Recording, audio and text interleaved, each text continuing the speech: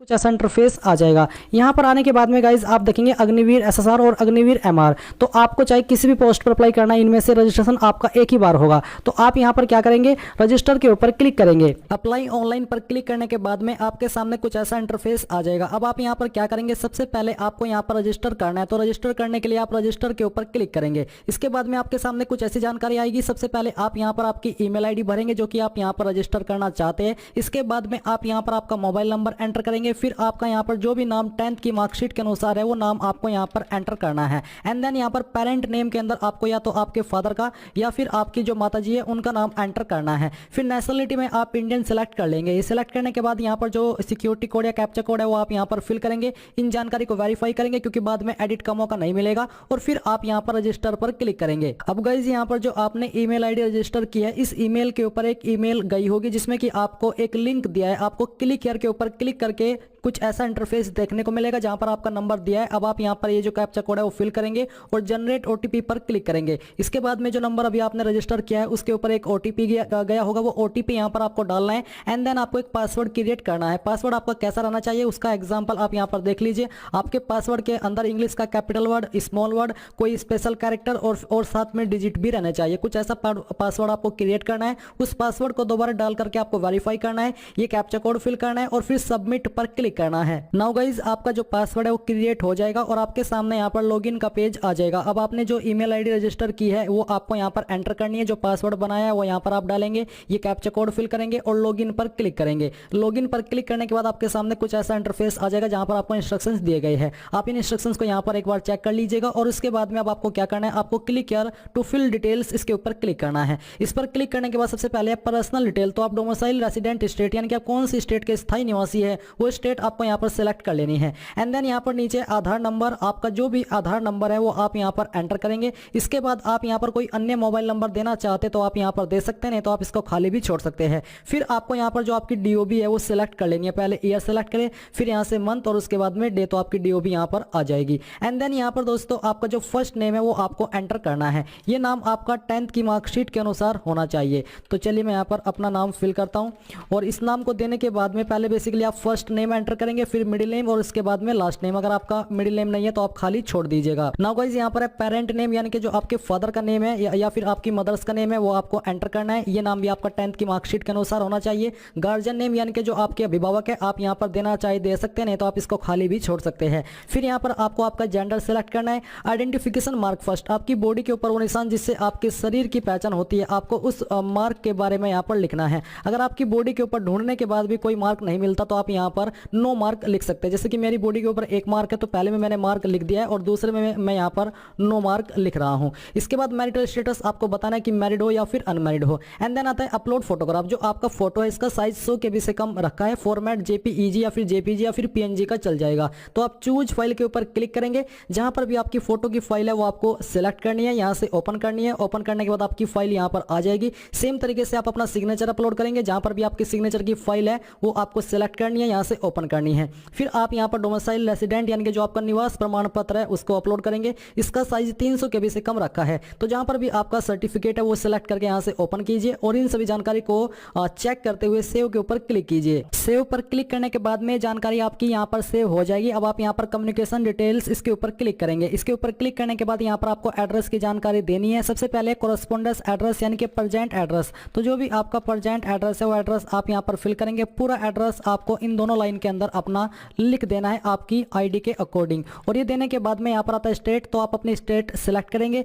इसके बाद यहाँ पर उस स्टेट के अंदर आपकी कौन सी डिस्ट्रिक्ट है वो सिलेक्ट करनी है और अपना पिन कोड आपको यहाँ पर एंटर करना है। फिर नीचे क्या आपका कोरेस्पोंडेंस यानी कि प्रेजेंट और परमानेंट एड्रेस सेम है, अगर हाँ तो आप यहाँ पर टिक कर देंगे, अगर अलग है तो अनटिक करके अलग से भर दीजिएगा। फिर आप फिर से सेव के ऊपर क्लिक करके इस जानकारी को यहाँ पर सेव करेंगे। एंड देन अब आप यहाँ पर एजुकेशनल क्वालिफिकेशन इसके ऊपर क्लिक करेंगे। यहाँ पर दोस्तों आपको पूरी जानकारी अग्निवीर एसएसआर एमआर इसके बारे में दी गई है। अगर आपके नंबर सीजीपीए के अंदर है तो आप यहाँ पर उनको इसके अकॉर्डिंग फिल करेंगे जो कि यहाँ पर आपको दिया है यानी कि इंस्ट्रक्शंस दिए हैं। फिर आती है एजुकेशनल क्वालिफिकेशन डिटेल, तो हाईएस्ट क्वालिफिकेशन आपकी क्या है वो आपको यहाँ पर सेलेक्ट करनी है। जो भी है वो आप यहाँ पर सेलेक्ट करेंगे। हाईएस्ट स्ट्रीम आपका अगर यहाँ पर आता है वो आप सेलेक्ट कर लेंगे। जैसे कि हमने पहले ही सेलेक्ट कर लिया साइंस, तो यहाँ पर ये नहीं आएगा। अगर आपके कोई अन्य क्वालिफिकेशन है 12th के अलावा तो आप यहाँ पर हाईएस्ट स्ट्रीम देखने को आप यहाँ पर देख सकते हैं। ये सेटिंग साइट की है तो इसमें इसमें आप कुछ नहीं कर पाएंगे। फिर यहाँ पर आता है एंटर मार्क डिटेल्स फॉर, तो आप सिलेक्ट के ऊपर क्लिक करके यहाँ पर अगर आपने सिंपली 10th की है आप 10th सिलेक्ट करेंगे, एंड अगर आपने 10th एंड 12th की है फिजिक्स केमिस्ट्री एंड इनमें से किसी एक सब्जेक्ट के साथ में जो कि यहाँ पर दिया है तो आप ये सिलेक्ट करेंगे, एंड अगर आपने 10th and 12th other than science की है तो आप तीसरा वाला सिलेक्ट करेंगे। तो मैं यहाँ पर ये सिलेक्ट कर लेता हूँ। ये सिलेक्ट करने के बाद में अब आप यहाँ पर क्या करेंगे, प्रोसीड फिलिंग मार्क डिटेल, इसके ऊपर क्लिक करेंगे। इसके ऊपर क्लिक करने के बाद यहाँ पर दोस्तों आपके सामने सबसे पहले 10th enter 10th mark detail, तो इंग्लिश के अंदर आपके जो टोटल मार्क्स थे वो आपको यहाँ पर एंटर करने हैं, उसमें जो नंबर आपको आए थे वो आप यहाँ पर फिल करेंगे। फिर यहाँ पर जो आपकी लैंग्वेज यानी कि जैसे कि दूसरी लैंग्वेज होती है हिंदी, उसके नंबर आपको यहाँ पर एंटर करने हैं। फिर यहाँ पर आपको जो उसके नंबर प्राप्त हुए थे वो यहाँ पर आपको डालने हैं। सोशल साइंस के अंदर आपके कितने नंबर थे पहले आप यहाँ पर टोटल नंबर फिल करेंगे और उसके जो नंबर है वो आप यहाँ पर एंटर कर देंगे। साइंस के यहाँ पर आपको टोटल नंबर डालने हैं, उसमें से जो नंबर आपको आए थे वो यहाँ पर आप एंटर करेंगे। फिर मैथ के यहाँ पर टोटल नंबर आप डालेंगे, उसमें जो नंबर आपको आए थे वो यहाँ पर आपको एंटर कर देने हैं। इस प्रकार से अगर आपके पास फिजिकल एजुकेशन थी, एनी अदर सब्जेक्ट था, तो उसकी जानकारी भी आप यहाँ पर दे सकते हैं। इसके बाद आप इस तरह देखेंगे 12th की जानकारी, तो यहाँ पर सबसे पहले इंग्लिश, तो इंग्लिश के जो आपके टोटल मार्क्स है वो आप यहाँ पर इस तरह से भरेंगे। और इसके बाद जो आपके पास अगर हिंदी थी तो आप लैंग्वेज के अंदर यहाँ पर हिंदी के नंबर फिल करेंगे। इसके बाद फिजिक्स के टोटल नंबर डालेंगे, केमिस्ट्री के टोटल नंबर डालेंगे, और अगर आपके पास मैथ, बायोलॉजी, कंप्यूटर साइंस इनमें से कोई अन्य है वो आप सिलेक्ट कर लेंगे। जैसे कि मेरे पास था मैथ, तो यहाँ पर मैथ के नंबर डाल देता हूँ। अब यहाँ पर जो मुझे इंग्लिश में नंबर आए थे वो मैंने फिल किए, और मुझे जो लैंग्वेज यानी कि हिंदी के अंदर नंबर आए थे वो मैंने यहाँ पर फिल कर दिए। इसी प्रकार से केमिस्ट्री में जो नंबर आपको आए थे वो आप लिखेंगे, और इसके बाद यहाँ पर जो आपको मैथ के अंदर नंबर आए थे वो आप यहाँ पर भर देंगे। इसके बाद आप यहाँ पर नीचे आएंगे, नीचे आकर के आप यहाँ पर देखेंगे serial number of the 10th marksheet, यानी कि जो आपकी 10th की मार्कशीट है उसका सीरियल नंबर आपको यहाँ पर एंटर करना है। एंड अगर आपकी मार्कशीट के ऊपर सीरियल नंबर नहीं है तो आप यहाँ पर 10th का रोल नंबर भी दे सकते हैं। बोर्ड कंडक्टिंग 10th एग्जाम, किस बोर्ड के द्वारा आपका जो 10th का एग्जाम था वो हुआ था, तो यहाँ पर आपको काफी बोर्ड देखने को मिल रहे हैं। अगर आपका बोर्ड यहाँ पर है तो आप सिलेक्ट करें, नहीं तो आप यहाँ पर जो अदर का सेक्शन है वो सिलेक्ट कर लेंगे। तो मेरा बोर्ड यहाँ पर है यूपी बोर्ड, में इसको सिलेक्ट कर लेता हूँ। इसको सिलेक्ट करने के बाद में यहाँ पर दोस्तों आप देखेंगे आपकी नीचे है state where school institution located, यानी कि आपका स्कूल किस स्टेट के अंदर इंस्टीट्यूट था यानी कि बेस था, तो आप वो स्टेट यहाँ पर सिलेक्ट कर लेंगे। फिर आता है स्टेट कंडक्टेड 10th एग्जाम, तो कौन सी स्टेट के द्वारा आपका 10th का एग्जाम हुआ था वो स्टेट आप यहाँ पर सिलेक्ट कर लेंगे। इसी प्रकार से आप यहाँ पर जो आपकी 12th की जानकारी है वो देंगे। तो पहले आप यहाँ पर 12th का सीरियल नंबर एंटर करेंगे, और इसके बाद में यहाँ पर कौन सी स्टेट के अंदर आपका 12th का थी यानी कि स्कूल कॉलेज था वो आप यहाँ पर सिलेक्ट करेंगे।